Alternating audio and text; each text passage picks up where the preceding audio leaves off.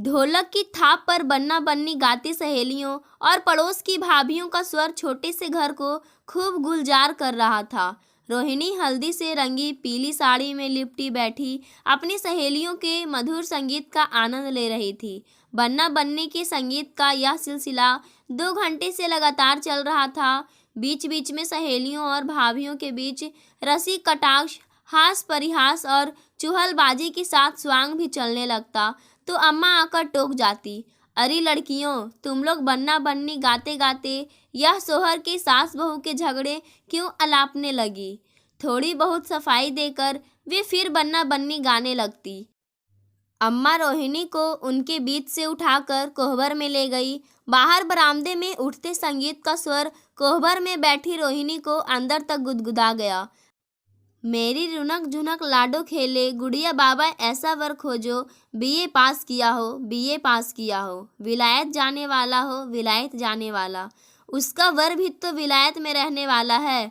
जी चाहा कि वह भी सहेलियों के बीच जा बैठे। उसका भावी पति अमेरिका में इंजीनियर है। यह सोच सोच कर ही जब तब रोहिणी का मन खुशी से भर उठता था। कोहबर में बैठे बैठे वह कुछ देर के लिए विदेशी पति से मिलने वाली सुख सुविधाओं की कल्पना में खो गई। वह बार बार सोच रही थी कि वह कैसे अपने खूबसूरत पति के साथ अमेरिका घूमेगी, सुख समृद्धि के सुसनपन बंगले में रहेगी और अपनी मोटर गाड़ी में घूमेगी। वहाँ हर प्रकार के सुख के साधन कदम कदम पर बिछे होंगे। एकाएक उसे अपने माता पिता की उस प्रसन्नता की भी याद आई जो उसे सुखी देखकर उन्हें प्राप्त होगी। उस प्रसन्नता के आगे तो उसे अपने सुख के सपने बड़े सतही और ओछे नजर आने लगे। वह सोचने लगी, अम्मा और पिताजी बेटियों से उबर जाएंगे। दीदी की शादी से ही उनकी आधी कमर टूट गई थी। घर के खर्चों में भारी कटौती करनी पड़ी थी। कई तरह के कर्जे भरते भरते दोनों तन मन से रिक्त हो गए थे। रोहिणी के नाम से जमा रकम भी बहुत कम थी। उसमें वे हाथ भी नहीं लगाते कि कब देखते ही देखते रोहिणी भी ब्याह योग्य हो जाएगी और वे कहीं के नहीं रहेंगे। लेकिन रोहिणी के शादी के लिए उन्हें कोई कर्ज नहीं लेना पड़ा। आनंद परिवार वालों ने दहेज के लिए सख्त मना कर दिया था। अमेरिका में उसे किसी बात की कमी नहीं थी। रोहिणी ने कोहबर की दीवारों पर नजर दौड़ाकर देखा। जगह जगह से प्लास्टर उखड़ा था। छत की सफेदी पपड़ी बन बन कर कई जगह से झड़ गई थी। दीदी की शादी के बाद घर में सफेदी तो दूर, मरम्मत जैसे जरूरी काम तक नहीं हो पाए थे। भंडार घर की चौखट दीवार छोड़ने लगी थी। रसोई के फर्श में जगह जगह गड्ढे बन गए थे।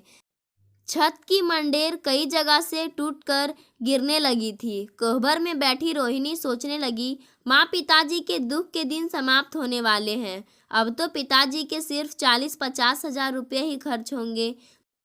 बाकी जो 40-50 हजार रुपये और बचेंगे उनसे वे पूरे घर की मरम्मत करा सकेंगे। अब पैसा जोड़ना ही किसके लिए है। मुन्ना की पढ़ाई का खर्च तो वे अपने वेतन से ही चला लेंगे। जब सारी दीवार के उधड़े प्लास्टर की मरम्मत हो जाएगी और ऊपर से पुताई भी, तो दीवार कितनी सुंदर लगेगी। फर्श के भी सारे गड्ढे भर कर चिकने हो जाएंगे। माँ को घर में पोछा लगाने में आसानी होगी। फर्श की दरारों में फंसे गेहूं के दाने, बाल के गुच्छे, आल पिन वगैरह चाकू से कुरेद कुरेद कर नहीं निकालने पड़ेंगे। यही सब सोच सोच कर रोहिणी पुलकित हो रही थी। रोहिणी के भावी पति का नाम आनंद था। आनंद के प्रति कृतज्ञता ने रोहिणी के रोम रोम में प्यार और समर्पण भर दिया। बिना भावर फिरे ही रोहिणी आनंद की हो गई। तभी बाहर के शोरगुल से उसके विचारों को झटका लगा और वह ख्यालों के आसमान से उतरकर वास्तविकता के धरातल पर आ गई। कोई आया है, बड़ी मौसी आई है, दीदी आई है। इन सम्मिलित शोर शराबों से रोहिणी समझ गई कि पटना वाली मौसी आई है। बहुत हंसोड़, खूब गप्पी और एकदम मुंहफट। घर अब शादी के घर जैसा लगेगा। कभी हलवाइयों के पास जाकर वे जल्दी करने को शोर मचाएंगी, घी तेल बर्बाद नहीं करने की चेतावनी देंगी, तो कभी भंडार से सामान भिजवाने की गुहार लगाएंगी। इसी बीच ढोलक के पास बैठकर बुआ लोगों को दो चार गाली भी गाती जाएंगी। माँ को धीरे से कभी किसी से सचेत कर जाएंगी तो कभी कुछ सलाह दे जाएंगी। दहेज का सामान देखने बैठेंगी तो छूटा बढ़ा कुछ याद भी दिला देंगी। बुलंद आवाज से खूब रौनक लगाएंगी। यह सब सोचते सोचते रोहिणी का धैर्य जाता रहा। वह जल्दी जल्दी कोहबर की लोक रीति खत्म कर बाहर आ गई। रोहिणी ने देखा कि मौसी का सामान अंदर रखा जा चुका था। मौसी भी अंदर आ तो गई थी, पर यह क्या, कैसा सपाट चेहरा लिए खड़ी है। शादी के घर में आने की जैसे कोई ललक ही ना हो। कहाँ तो बिना वजह इस उम्र में भी चहकती रहती है और कहाँ चहकने के माहौल में जैसे उन्हें सांप सूंघ गया हो। माँ ने बेचैनी भरे स्वर में पूछा, क्या बात है दीदी, क्या बहुत थक गई हो? हाँ, पहले पानी पिलाओ, फिर इन गाने बजाने वालियों को विदा करो तो बताऊं क्या बात है। मौसी ने समय नष्ट किए बिना ही इतना कुछ कह दिया। माँ ने जैसे अनिष्ट को भांप लिया हो, फिर भी साहस कर आशंकित होकर पूछा, क्या हुआ दीदी, गाना बजाना क्यों बंद करा दूं? यह तो गलत होगा। जल्दी कहो दीदी, क्या बात है? बैठो सुमित्रा, बताती हूँ। अब समय बहुत कम है, इसलिए तुरंत निर्णय ले लो। हिम्मत से काम लो और अपनी रोहिणी को बचा लो। मौसी ने बैठे बैठे ही माँ के दोनों हथेलियों अपनी मुट्ठी में दबा ली। जल्दी बताओ दीदी, कहना क्या चाहती हो? घबराहट में जैसे माँ के शब्द ही सूख गए। चेहरा ऐसा लग रहा था जैसे दिल का दौरा पड़ गया हो। मौसी भी घबरा गई, लेकिन समय की कमी देखते हुए उन्हें बात बहुत जल्दी से जल्दी कहनी थी, वरना कोई और बुरा हादसा हो जाता। अभी तो ये अपनी बात कहकर सुमित्रा को संभाल भी लेंगी और जो सदमा देने जा रही थी उसे साथ रहकर बांट भी लेगी। सुनो सुमित्रा, जिस आनंद को तुम अपनी रोहिणी को पल्लू से बांध रही हो वह पहले से ही शादीशुदा है। सुमित्रा की भौहें तन गई। क्या कह रही हो दीदी? जिसने यह शादी तय कराई है वह क्या इस बात को छिपा कर रखेगा? हाँ सुमित्रा, शांत हो जाओ और धीरज धरो। या तो उसने बात छिपाई होगी या लड़के वालों ने उससे बात छिपाई होगी। मैं तो कल ही आ जाती, लेकिन इस बात की सच्चाई का पता लगाने के लिए कल आरा चली गई थी। वहाँ मुझे दिन भर रुकना पड़ा, नहीं तो कल पहुँच जाती तो बात संभालने के लिए तुम लोगों को भी समय मिल जाता। खैर, अभी भी बिगड़ा कुछ नहीं है, किसी तरह समय रहते सब कुछ तय कर ही लेना है। रोहिणी के पैर थरथराने लगे। ऐसा लगा जैसे वह गिर पड़ेगी। मौसी ने इशारे से रोहिणी को पास बुलाया और हाथ पकड़कर बगल में बिठा लिया। दुखी मत हो बेटी, संजोग अच्छा है, समय रहते सच्चाई का पता चल गया और तुम्हारी जिंदगी बर्बाद होने से बच गई। मौसी के दिलासा दिलाने के बावजूद रोहिणी को आंसू रोकना मुश्किल हो रहा था।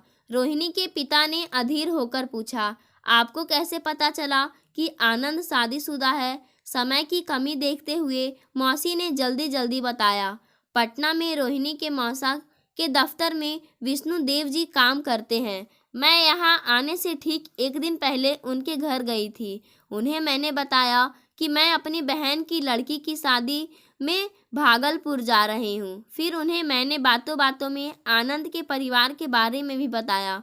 बीच में ही उनकी पत्नी उठकर अंदर चली गई और जब कमरे से बाहर आई तो एक एल्बम लेती आई। उसमें एक जोड़े का फोटो लगा हुआ था, जिसे दिखाकर बोली, कहीं ये लड़का आनंद तो नहीं है? फोटो देखकर मैं तो जैसे आकाश से गिर पड़ी। वह उसी आनंद का फोटो था तुमने मुझे देखने के लिए जो भेजी थी। वैसी आनंद की एक और फोटो इस एल्बम में लगी थी।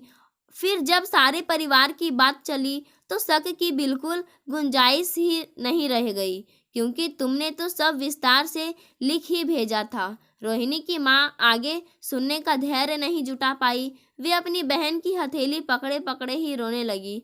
हाय, अब क्या होगा? बारात लौटाने से तो पूरी बिरादरी में ही नाक कट जाएगी। अब तक रोहिणी जी भी कड़ा कर संजत हो गई थी। दुख और क्षोभ की जगह क्रोध और आवेश ने ले ली थी। नाक क्यों कटेगी माँ? नाक कटाने वाला काम हम लोगों ने किया है या उन्होंने? रोहिणी के पिता ने सांस भरकर कहा, ये सारे इंतजाम व्यर्थ हो गए।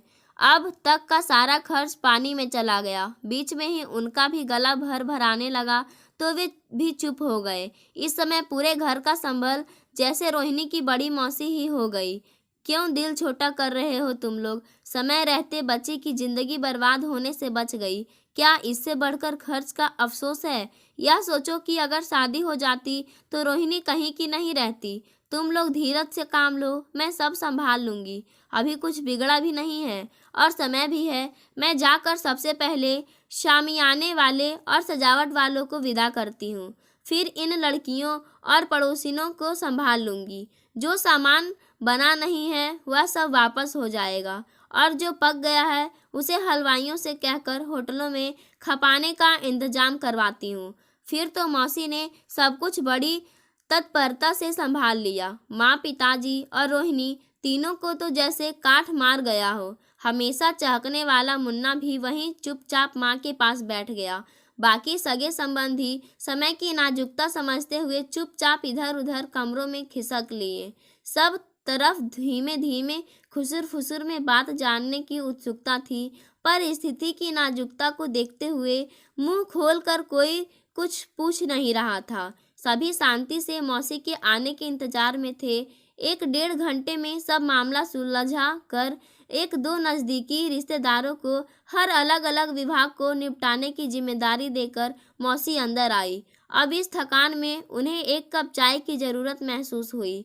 महाराजिन से सब के लिए चाय भिजवाने का आदेश जारी करते हुए माँ से बोली, सुमित्रा, तुम जरा भी निराश मत हो। मैं रोहिणी के लिए बढ़िया से बढ़िया लड़का लाकर खड़ा कर दूंगी और वह भी जल्दी ही। जिस आनंद की तुमने इतनी तारीफ लिख कर भेजी थी वह 2-2 शादियां रचाए बैठा है। विष्णुदेव के बड़े भैया की आरा में फोटोग्राफी की बहुत बड़ी दुकान है।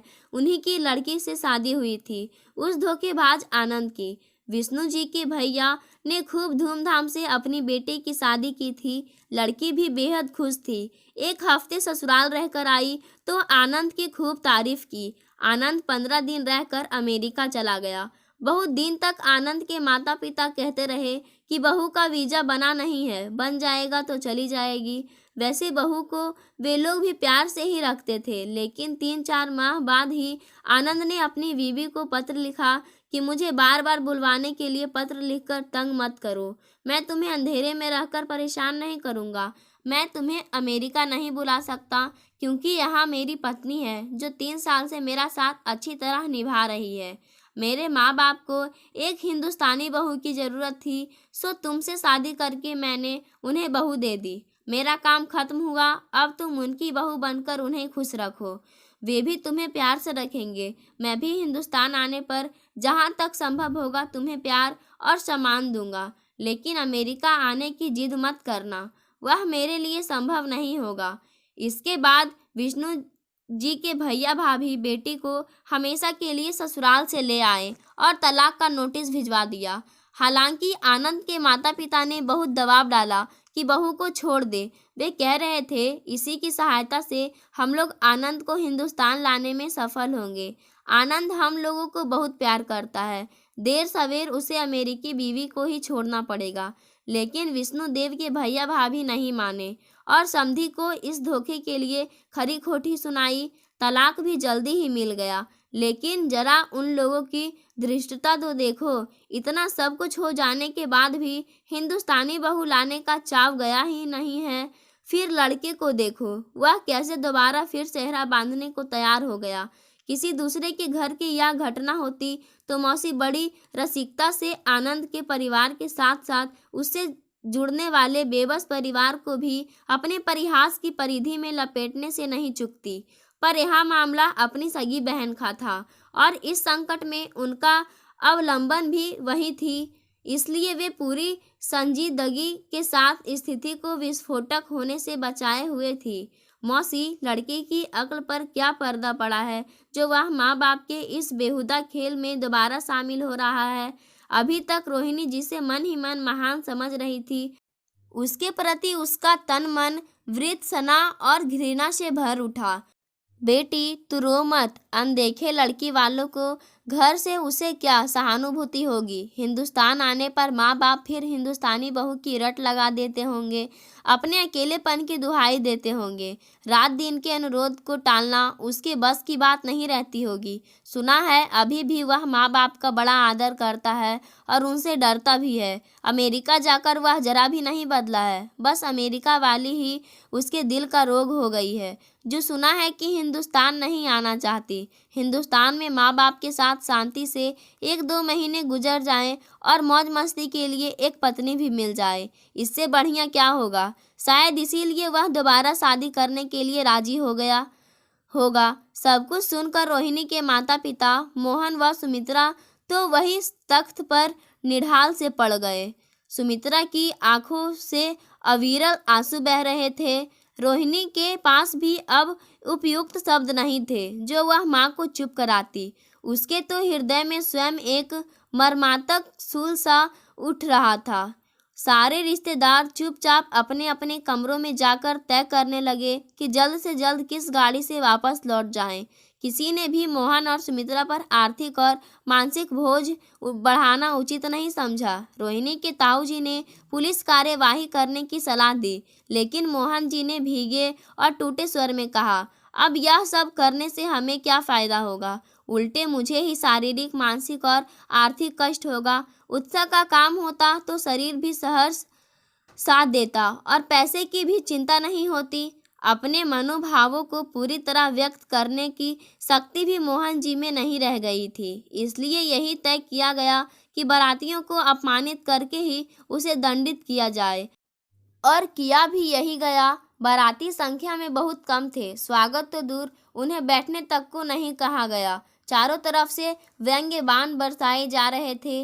आनंद के पिता हर तरफ से सफाई देने की कोशिश में थे, किंतु कोई कुछ सुनने को तैयार नहीं था। बारात में आए 1-2 बुजुर्गों ने भी सुलह करने का परामर्श देना चाहा, तो कन्या पक्ष वालों ने उन्हें भी बुरी तरह से लताड़ा।